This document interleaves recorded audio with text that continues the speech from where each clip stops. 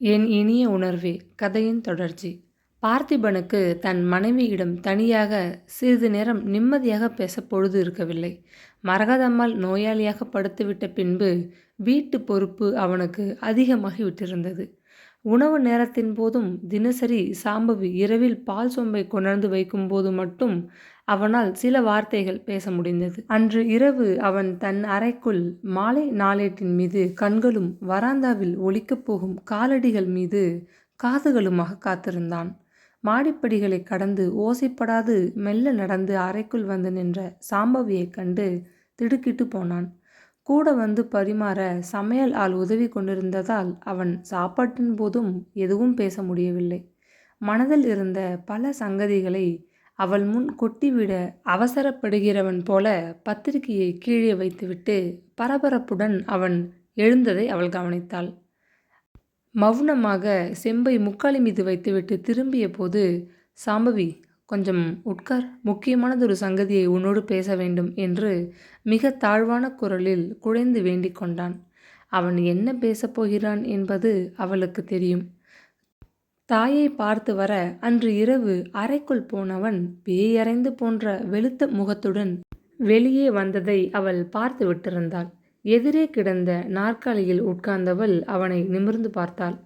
நீ வெளியே போய்விட்டதை பற்றி அம்மாவுக்கு ரொம்ப கோபம் என்று கூறிவிட்டு படுக்கையின் ஓரத்தில் உட்கார்ந்து கொண்டான். நீங்கள் உத்தரவு கொடுத்த பின்புதானே வெளியே போய் வந்தேன். உங்கள் தாயாரை நான் தனியே தவிக்க விட்டு போகவில்லையே. துணைக்கு அவர்களுக்கு மிகவும் பிரியமான வேலைக்காரியை விட்டுவிட்டுதானே போய் வந்தேன். அப்படியும் வெகு நேரம் வெளியில் தங்கிவிடவில்லையே என்று சொல்லுவாய். உண்மைதான், நான் தான் உன்னை போக அனுமதித்தேன். அம்மாவுக்கு அது பிடிக்கல. இனிமேல் நான் எங்கும் போக மாட்டேன். கவலைப்படாதீங்க. நடந்ததுக்கு வருத்தப்படாதீங்க. தவறும் என்னுடையது என்று மெல்லிய குரலில் பதிலளித்தாள். உங்கள் நிலைமை எனக்கு புரிகிறது. பாவம் சாம்பவி, காதலித்து கல்யாணம் செய்து கொண்டு இத்தனை பெரிய வீட்டில் ஒரு கைதியாக அடைத்து வைத்திருக்கிறோம். ஒரு உயர்மட்டத்து வேலைக்காரியாக உழல்கிறாள். அதை தவிர வேறு என்ன சுகத்தை கண்டாள் என்று மனைவி மேல் அனுதாபம். அதே சமயம் அம்மாவை நினைத்து கவலைப்படுறீங்க. எத்தனை கடுமையான குணமுடையவளானாலும் பெற்றவளாச்சே. பிடிவாதம் செய்தபோது திருமணத்திற்கு ஒத்துக்கொண்டவள் இப்பொழுது நோயாளியாக படுத்துவிட்டிருக்கிறாள். அவளது கடைசி காலத்தில் பிள்ளை கைவிட்டான் என்ற அவச்சொல் எதற்கு என்று அஞ்சுறீங்க. சொல்லாமல் சொன்ன அந்த கண்களை உற்று பார்க்கவும் அவனுக்கு வெட்கமாக இருந்தது. அம்மாவின் உடம்பு குணமாகும் வரை நீ வீட்டை விட்டு எங்கேயும் போகாதிருப்பது நல்லது. முன்போல் அவங்க எழுந்து நடமாட ஆரம்பித்த பின்பு மனநிலைமையிலும் கொஞ்சம் மாறிவிடுவாங்க. இத்தனை கடுமையாக இருக்க மாட்டாங்க. அதனால் சாம்பவி என்று குழைந்தான். இன்று மாலை வீட்டுக்கு திரும்பிய உடனேயே நான் அந்த தீர்மானத்துக்கு வந்துவிட்டேன். நீங்கள் இத்தனை தூரம் எடுத்து சொல்ல வேண்டிய அவசியமில்லை. என் கடமைகளை ஓரளவுக்கு நான் அறிவேன். அவ்வளவுதானே? வேறு ஏதாவது பேச வேண்டியது இருக்கிறதா? கேட்டபடி அவள் எழுந்தபோது வேதனையில் முகம் சுருங்கி போனான். ஆயுள் முழுவதும் உன்னுடன் பேசிக்கொண்டிருக்க எத்தனையோ சங்கதிகள் இருக்கு சாம்பவி. முன்னை விட நீ இந்த சில நாட்களில் ரொம்பவும் இளைச்சி போயிட்ட. உட்கார்ந்து நிம்மதியாக சாப்பிடக்கூட உனக்கு நேரமில்லை. கல்யாணமாகாத போது நீ எத்தனையோ நிம்மதியாக இருந்த. அலமேலு அம்மாளின் அரவணைப்பிலே உன் மாம்பழ கன்னங்களின் நான் கண்ட மினுமினுப்பு இப்போ எங்கேயோ மறைஞ்சு போச்சு. சாம்பவி, நான் உன்னை பற்றி ரொம்ப பெருமிதம் அடைகிறேன். இத்தனை சிக்கல்களிலும் கணவனிடம் எந்த விதமான வெளிப்படையான அன்பையும் பெறாத நிலையிலும் எத்தனை பொறுமையாக இருக்கிற. சாம்பவி, கொஞ்சம் பொறு. நமக்கு நல்ல காலம் வரும். படபடவென்று பேசி அவளை தன் அருகே இழுத்து உட்கார வைத்து கொண்டு கண்களில் லேசாக திரையிட்டு விளக்குலியில் மின்னும் அந்த கண்ணீரை துடைத்துவிட மனம் மிகவும் ஆசைப்பட்டது. ஆரம்பத்தில் அவளுடன் ஏற்படுத்தி கொண்ட ஒப்பந்தத்தை நினைத்து ஆசையை விழுங்கிக் கொண்டான். சாம்பவி, இன்னொரு சங்கதியை உன்னிடம் கேட்க விரும்புகிறேன். நீ இந்த வீட்டை மிக்க திறமையோடு கவனிச்சுக்கிற. தினமும் என்ன செலவாச்சு, மீதி கையிருப்பு என்னன்னு ஒரு பட்டியலை தயாரித்து என் பார்வைக்கு வச்சிடுற. மகிழ்ச்சி. உன் செலவுக்குன்னு ஒரு பைசா கூட எடுத்துக்கிறது இல்லையே. ஏன்? உனக்கு செலவழிக்க பணம் தேவைப்பட்டா கூசாமல் எடுத்துக்கோ. வறட்சியான முறுவலுடன் அவள் அவனை ஊன்று பார்த்தாள். சாப்பாடு, துணிமணி முதலிய காரியங்கள் கிடைக்கும்போது வேறு எனக்கு செலவுன்னு ஏதும் இல்லை. அதனால் பணம் தேவைப்படுறதில்ல. மேலும் எனக்கு ஏதாவது வேணும்னா ஒரு கடிதத் துண்டில் எழுதி வைக்கிறேன். நீங்கள் உடனடியாக வாங்கி தந்துடுறீங்க. அதுக்கு மேலே என்ன வேணும்? சாம்பவி, உண்மையைச் சொல். உனக்கு இதுகளை தவிர வாழ்க்கையில் வேறு எதுவும் தேவையில்லையா? பொங்கி வந்த துயரத்தையும் இமைகள் ஓரத்தில் கசிந்த கண்ணீரையும் சிரமப்பட்டு சற்றென்று அடக்கிக் கொண்டாள்.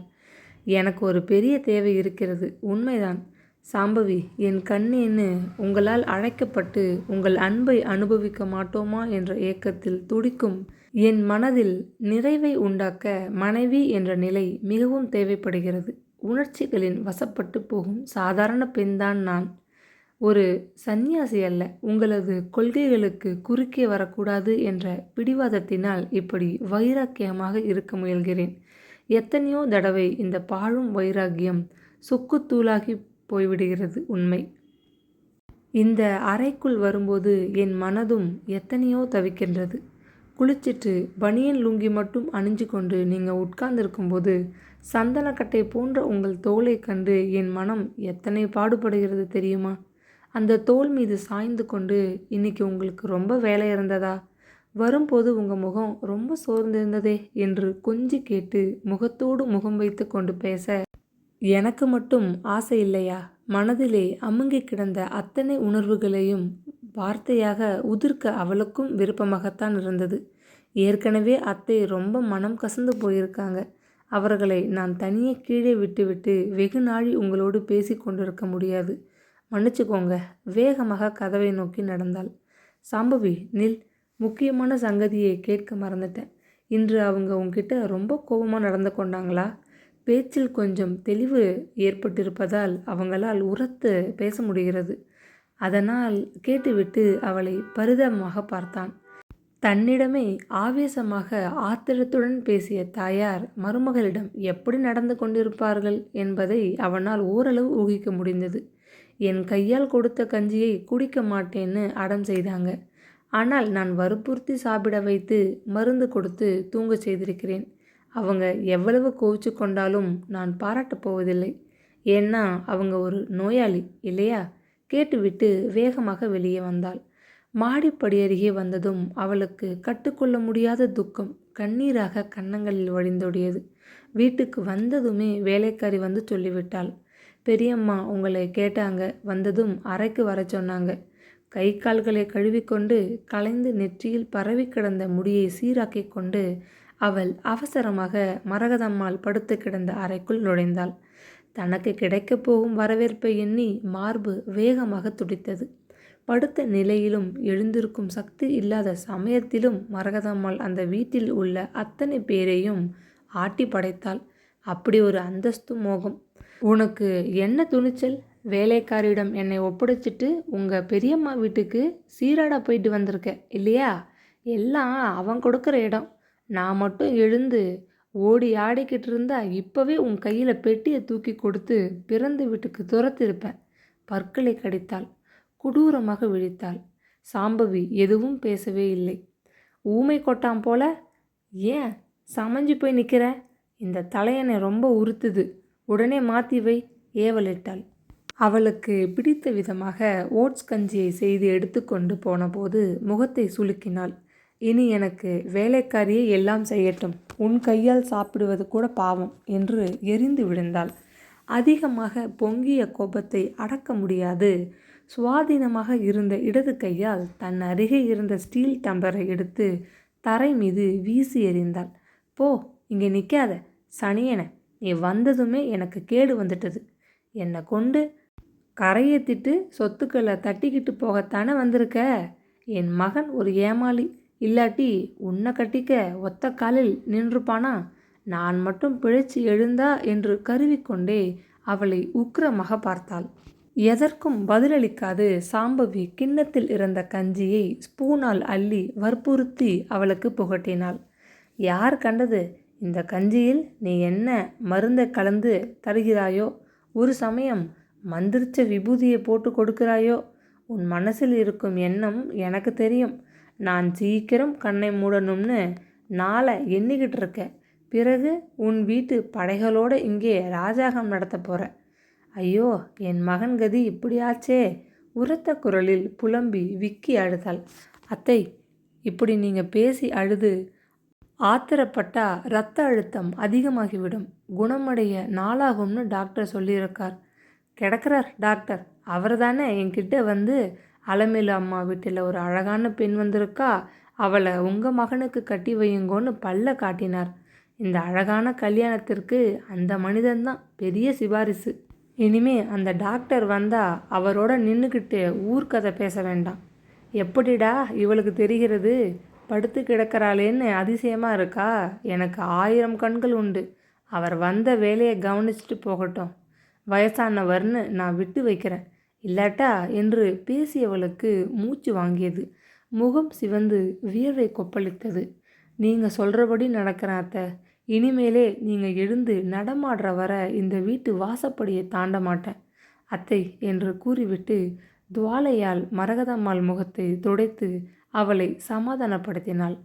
அந்த சங்கதியை இப்போது அவள் கணவனிடம் சொல்ல தேவையில்லை. செய்யக்கூடாத ஒரு குற்றத்தை அவள் செய்துவிட்டது போல மாமியார் அவளை நன்றாக சாடிவிட்டாளே, அது போதும். அதற்கு துணை இருந்தவன் போல மகனையும் அவள் கோபித்து கொண்டு விட்டாள். ஒன்றே ஒன்று மட்டும் சாம்பவிக்கு பிடிக்கவில்லை. மரகதம்மாள் தன் வேலைக்காரி பொன்னியின் முன் மருமகளை திட்டிவிட்டாள். வீட்டு வேலைக்காரர்களில் கொஞ்சம் தலைகணம் பிடித்தவள் பொன்னி. எஜமானி தன்னிடம் அதிக பிரியமாக நடந்து கொள்கிறார் என்ற காரணத்தினால் அவள் சாம்பவியிடம் ஏற்கனவே கொஞ்சம் திமிராக எதிர்த்து பேசி கொண்டிருந்தவள். இனி அவளுக்கு துணிவு ரொம்பவும் கூடிவிடுமே. மரகதம்மாள் அனுபவத்தில் சாம்பவியை விட முதிர்ந்தவள். அப்படி இருந்தும் வீட்டு சங்கதிகளை வேலைக்காரர்கள் முன்னிலையில் அலசுவது மிகவும் வேதனைப்பட்டாள். மறுநாள் பகல் வீட்டுக்கு வந்த பார்த்திபன் அவளிடம் ஒரு கடிதத்தை கொடுத்தான். கடிதம் அவளது தந்தை எழுதியது. காரணம் ஏதும் இன்றி அவர் அடிக்கடி கடிதம் போடுகிறவர் அல்ல. கையும் காலும் பதற, நெஞ்சு தீயாக துடிக்க, வாய் உலர்ந்து போக அவள் கடிதத்தை பிரித்து எடுத்தாள்.